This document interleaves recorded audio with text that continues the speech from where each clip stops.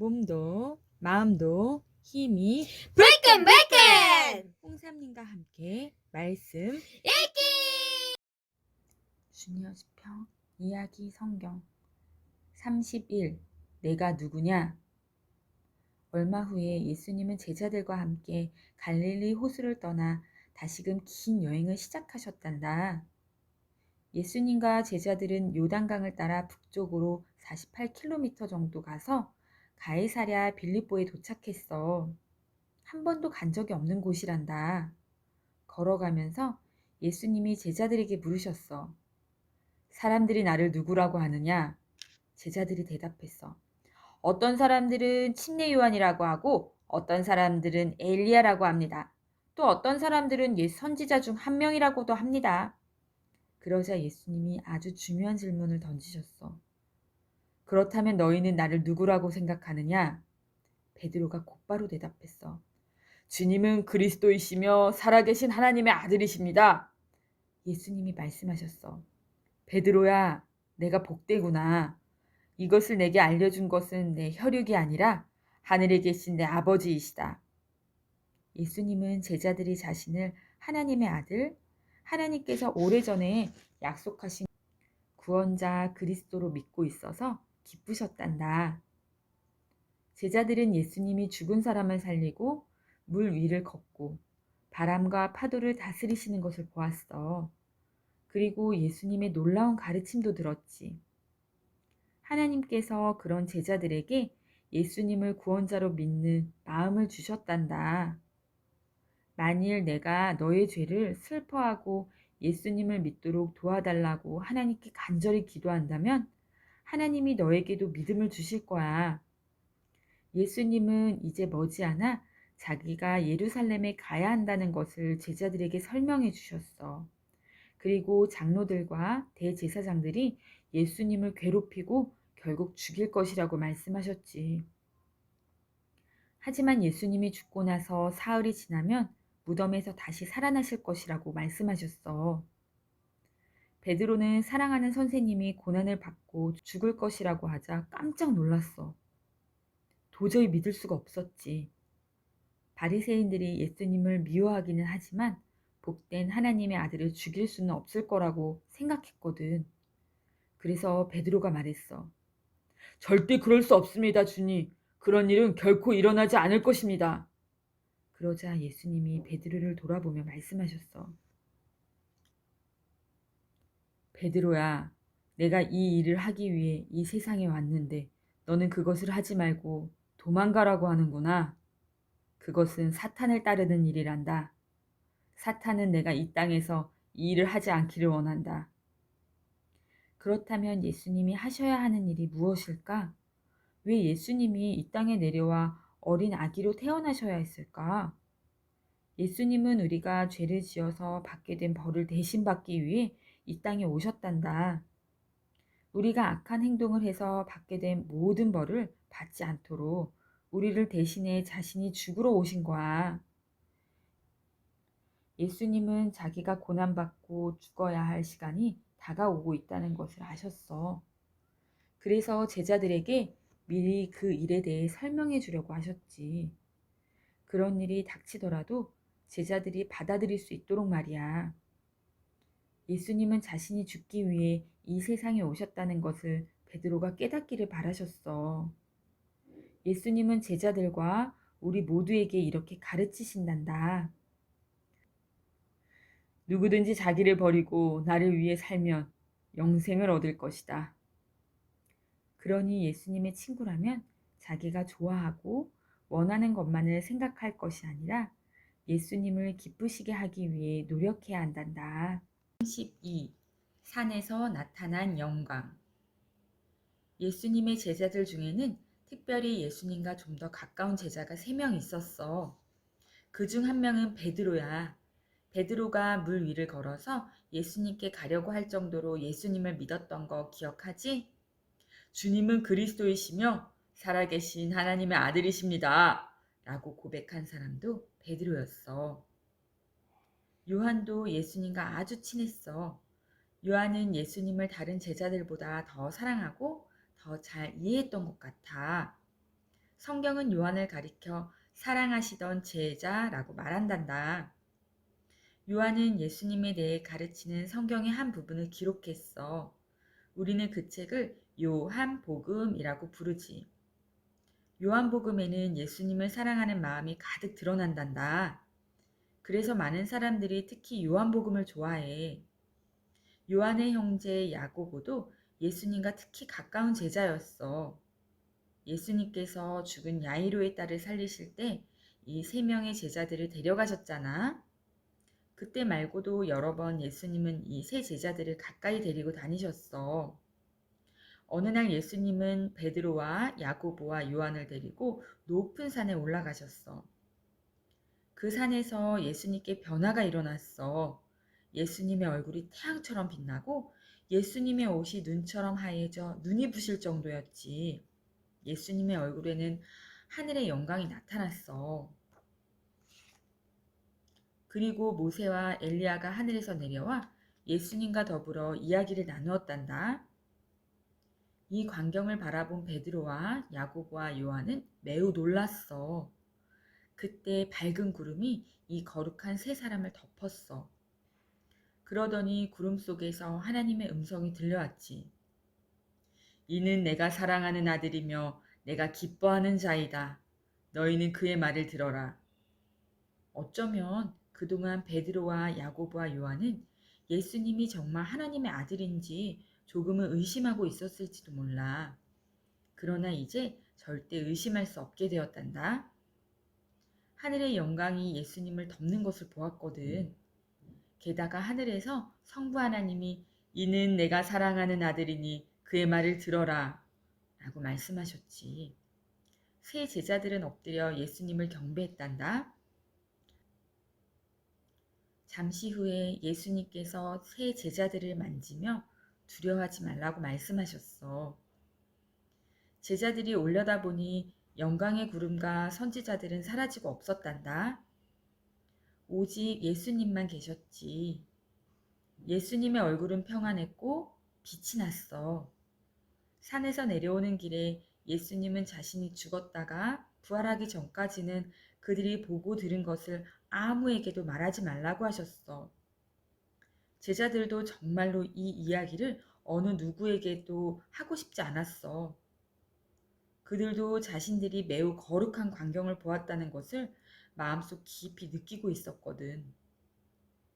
가볍게 이야기하기에는 너무나 귀한 경험이었지.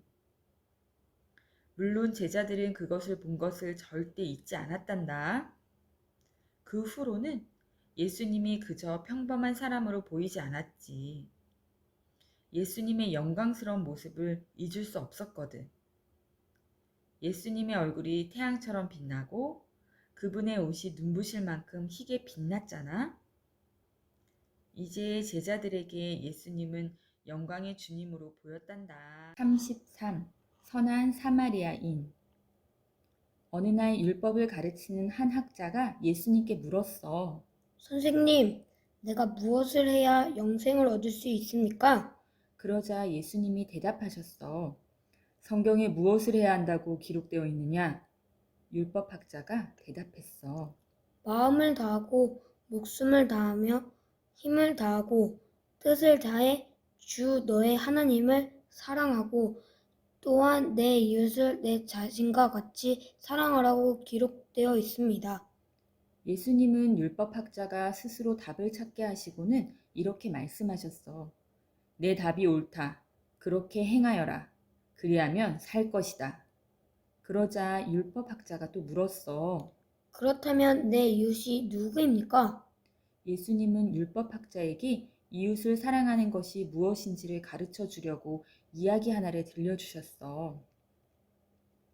한 남자가 예루살렘에서 여리고로 가고 있었어. 여리고로 가는 길은 험하고 거칠었지. 큰 바위와 험한 절벽도 가득했단다. 게다가 종종 강도들이 그런 바위 틈에 숨어 있다가 혼자 여행하는 사람들을 덮쳐 그들이 가진 것을 모두 빼앗곤 했지. 이 남자도 여리고로 가는 길에 강도들을 만났어. 강도들은 남자의 돈을 훔치고 옷을 벗기고는 그를 마구 때렸어. 그러더니 남자를 길에 버려두고 도망가 버렸지. 남자는 죽어가고 있었단다. 잠시 후에 어느 제사장이 그곳을 지나가게 되었어. 그런데 제사장은 불쌍한 남자가 길에 쓰러져 있는 것을 보고서도 그를 도와주지 않았어. 잠시 멈추어 그 남자가 살아있는지를 확인하지도 않았지. 그저 길 반대편으로 걸어 그대로 지나가 버렸단다. 곧 이어 레위 사람이 왔어. 레위 사람은 다친 남자를 발견하고는 다가가 보았어. 하지만 남자의 가슴에 손을 얹어 심장이 뛰고 있는지를 확인하지는 않았지. 그는 그저 호기심 어린 눈으로 남자를 보더니 길 반대편으로 걸어 지나가 버렸어. 이번에는 어느 사마리아 사람이 그곳을 지나게 되었어. 유대인들이 사마리아 사람들을 싫어하고 무시했다고 했었지? 이 사마리아 사람도 평생 유대인들에게 미움을 받으며 무시당하고 고통받았단다. 하지만 이 사람은 안갚음을 하려고 하지 않았어. 이 사마리아 사람은 다친 사람을 못 본 척 서둘러 지나가지 않았어.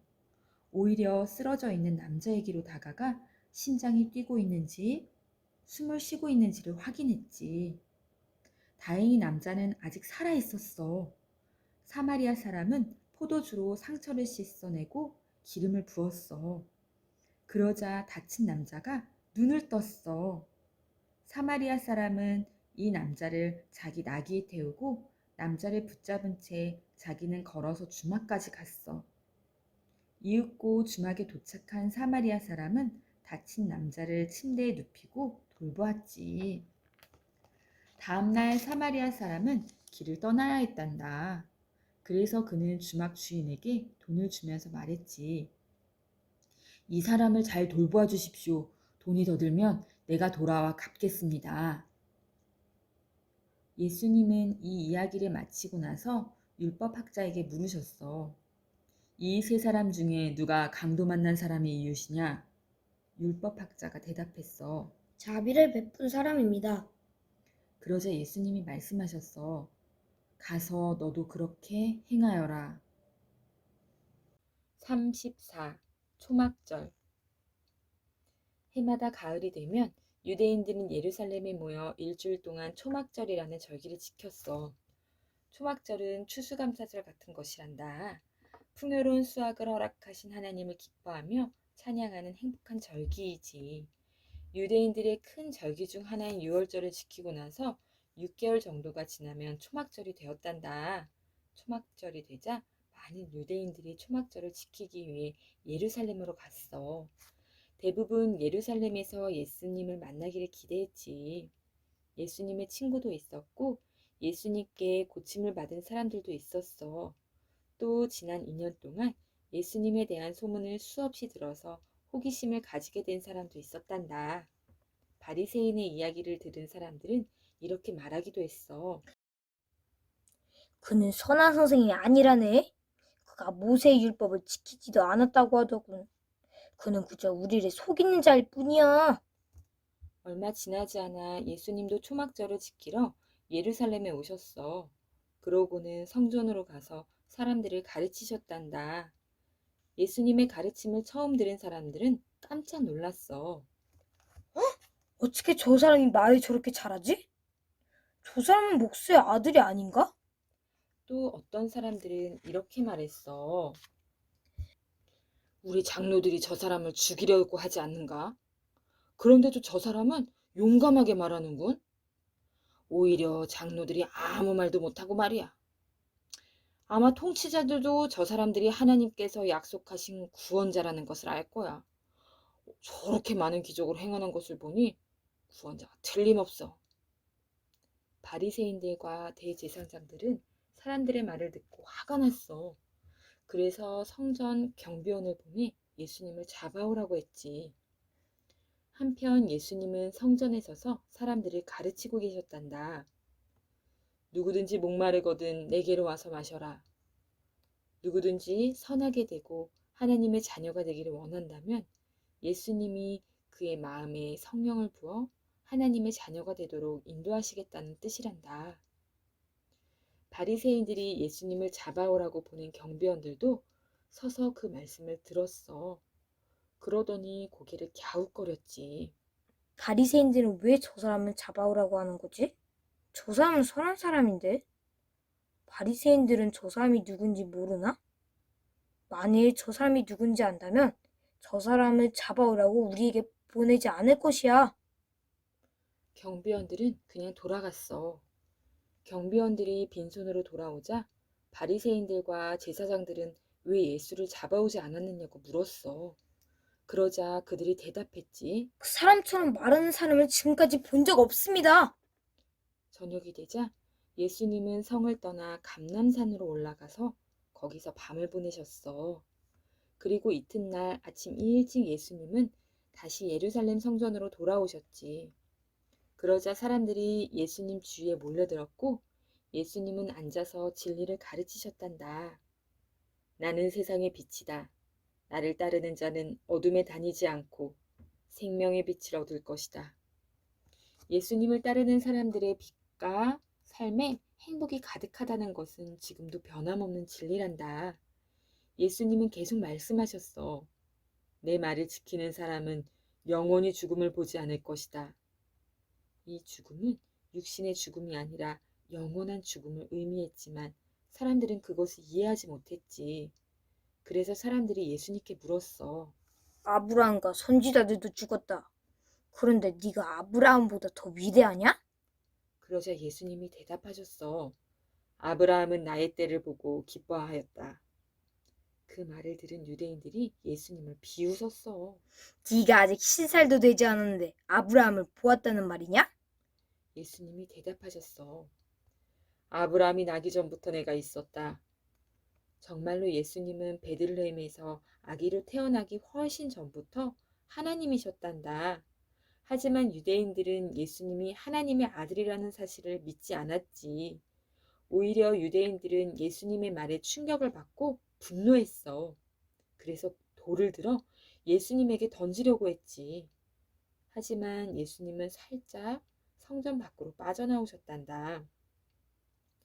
성전에서 나와 길을 걷던 예수님은 평생 눈이 먼 채로 지낸 사람 곁을 지나게 되었어. 예수님은 다시 한번 하나님의 능력을 보이셨단다. 예수님은 진흙을 이겨 눈먼 사람의 눈에 바르셨어. 그러고는 그 사람에게 예루살렘 근처 실로암 연못에 가서 씻으라고 하셨지. 이 사람은 조금도 의심하지 않았고 예수님이 말씀하신 대로 했어. 그리고 완전히 다른 사람이 되어 돌아왔단다. 그가 볼 수 있게 된 거야. 그의 얼굴에서 슬픔도 사라졌지. 그가 얼마나 많이 변했는지 이웃들조차 원래 알던 그 눈먼 사람이 맞는지 헷갈릴 정도였어. 그러자 그 사람이 말했어. 맞소, 내가 그 눈먼 사람이요. 예수라는 선생이 내 눈에 진흙을 발랐고 내 실로암 연못에서 그것을 씻어내자 보게 되었소. 유대 지도자들은 그 이야기를 믿을 수 없어서 그의 부모에게 물었어. 이 사람이 맹인으로 태어났다는 너희 아들이 맞느냐? 맹인으로 태어난 그가 지금 어떻게 볼 수 있는 것이냐? 그러자 그의 부모가 대답했어. 그가 우리의 아들인 것과 맹인으로 태어난 것은 맞습니다. 그러나 어떻게 볼 수 있게 되었는진 모릅니다. 그가 이제 어른이니 직접 물어보십시오. 그의 부모는 유대인 지도자들이 무서웠단다. 그들이 예수님을 구원자로 고백하는 사람을 무조건 회당에서 쫓아내기로 결정했거든. 결국 화가 난 유대인들은 맹인이었다가 보게 된 그 사람을 쫓아냈어. 얼마 후에 예수님이 그 사람을 만나 물으셨어. 내가 하나님의 아들을 믿느냐? 그 사람이 대답했어. 주여, 그분이 누구십니까? 내가 믿기를 원합니다. 예수님이 대답하셨어. 내가 그를 보았다. 지금 너와 말하는 내가 바로 하나님의 아들이다. 그러자 그 사람이 말했어. 주님, 내가 믿습니다. 그리고 예수님을 경배했지. 그 사람은 유대인 지도자들이 자기에게 얼마나 나쁘게 굴었는지를 거의 잊었어. 예수님을 자기 친구로 삼고 구원자로 믿는 사람은 슬플 수가 없거든. 35. 예수님을 사랑하는 자매. 밤이 되면 예수님은 어디서 주무셨을까? 그리고 식사는 어떻게 하셨을까? 예수님에게는 집도 없고 돈도 없었거든. 여우도 땅속에 굴이 있고 새도 둥지가 있는데 우리를 구원하신 예수님은 밤에 피곤한 몸을 누일 곳도 없으셨단다.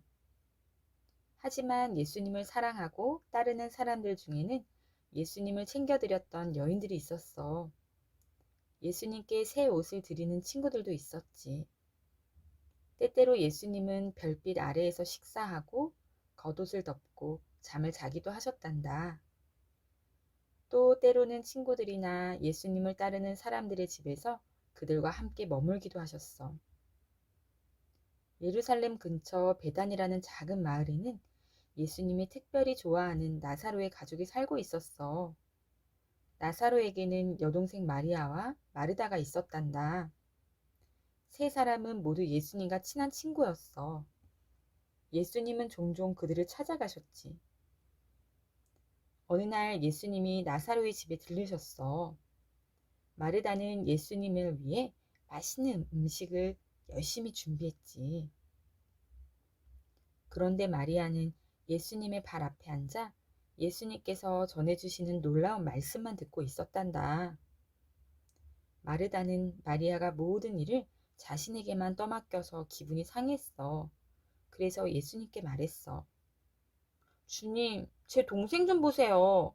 마리아에게 저를 도와주라고 말씀 좀 해주세요. 그러자 예수님이 말씀하셨어. 마르다야, 마르다야. 네가 덜 중요한 일에만 열심을 내는구나.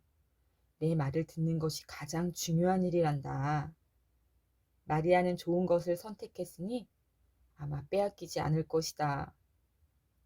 예수님은 마리아와 마르다, 나사로를 방문하신 후에 사람들을 가르치기 위해 예루살렘으로 가셨어.